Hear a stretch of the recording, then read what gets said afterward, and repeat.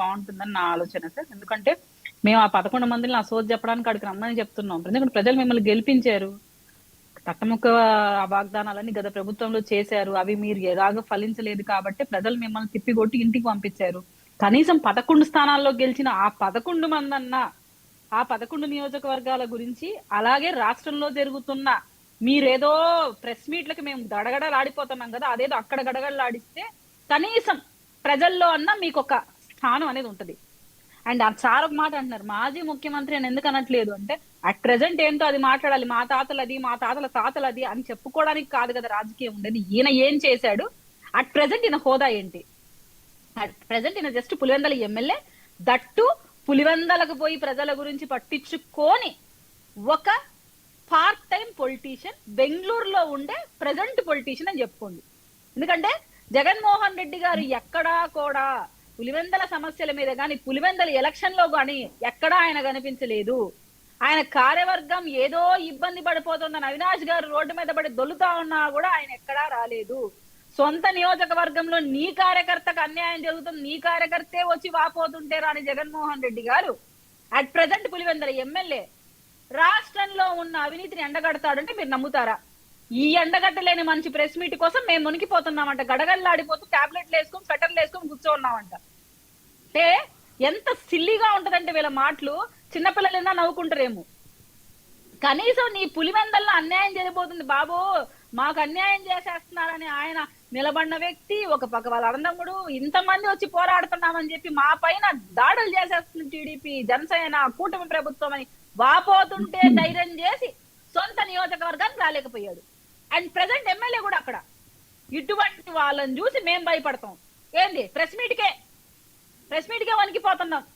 And ముఖ్యంగా ఏంటంటే ప్రజలు మిమ్మల్ని ఎన్నుకొని మీరు అక్కడ చట్టసభల్లో కూర్చొని మాట్లాడితే బాగుంటుంది, కానీ మీరు అడుక్కొని మమ్మల్ని బతిమాలుకొని మీ స్థాయిని దిగజార్చుకొని మరీ వస్తానంటే మాత్రం అది చీప్ గా ఉంటది. కనీసం ఆ 11 మంది అన్న అటెండ్ అయ్యి మీ సత్తాన్ని చాటుకుంటే, అయ్యో వీళ్ళు రావాలని ప్రజల నుంచే వస్తుందేమో వాయిస్, మేము ఇవ్వాల్సిన అవసరం లేదు కదా.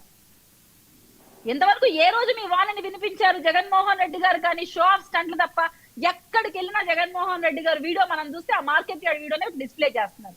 అక్కడ జనాలను తోలారు, వాళ్ళకి బిర్యానీ ఇచ్చారు, మంది ఇచ్చారు, వాళ్ళ చేత అన్యాయంగా ఆ మామిడి పళ్ళని తొక్కిచ్చారు, అక్కడ రైతులు బాధలు చూశారు. అదే వీడియో ప్రతి సభకి ఆయన ఎక్కడికి వెళ్ళినా అదే చూపిస్తున్నారు. కాదు, ఆయన నిన్న పులివెందులు వెళ్తే విఐపి పాసులు ఇవ్వాల్సిన పరిస్థితి అట.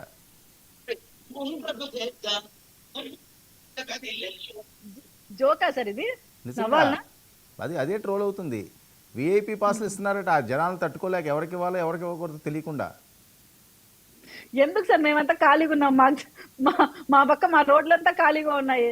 మేము కడప నుంచే కదా వెళ్తారు, ఎక్కడ మేము కనిపించలేదు, అంత హడావిడి మేము ఎక్కడ చూడలేదు. అసలు జగన్మోహన్ రెడ్డి గారు ఈ పేటీఎం కార్యకర్తలను పెట్టుకొని ఆయన సెల్ఫీ డబ్బా కొట్టుకోవడం తప్ప అక్కడ జరుగుతున్న వాస్తవ పరిణామం ఏంటనేది వాళ్ళ కార్యకర్తలకు కూడా తెలుసు.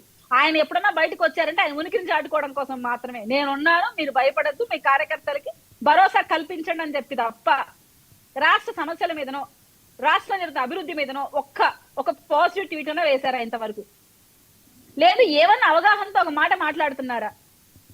ఏదైనా ఉంటే రాజకీయం చేద్దాం అని ఆ శ్యామలా గారిని కాసేపు, రోజా గారిని కాసేపు, అంబటి గారిని కాసేపు తిప్పి జోకర్లతో పర్ఫార్మెన్స్ చేయించినట్టు బిహేవ్ చేయడం తప్ప ఇక్కడ ఏమైనా రాష్ట్రం గురించి మాట్లాడుతున్నారా?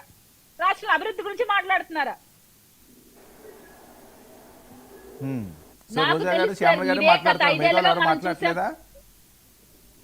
మాట్లాడిన వాళ్ళు కూడా ఏం మాట్లాడుతున్నారు చెప్పాలి కదన్నా. ఏం అన్యాయం జరుగుతుందో, ఏం ఇక్కడ వాళ్ళ మీ పరిపాలనలో జరగని ఏం చట్నీ ఇక్కడ జరుగుతోంది, ఇక్కడ అభివృద్ధి జరుగుతోంది, దాని గురించి జగన్మోహన్ రెడ్డి గారు ఎక్కడ మాట్లాడుతున్నారు? జగన్మోహన్ రెడ్డి గారు ఎంతసేపు ఉన్నా సుగాలి ప్రీతి గారు ఇష్యూ తీసుకొని రాజకీయం చేద్దామా? ఆ తల్లి అమాయకత్వం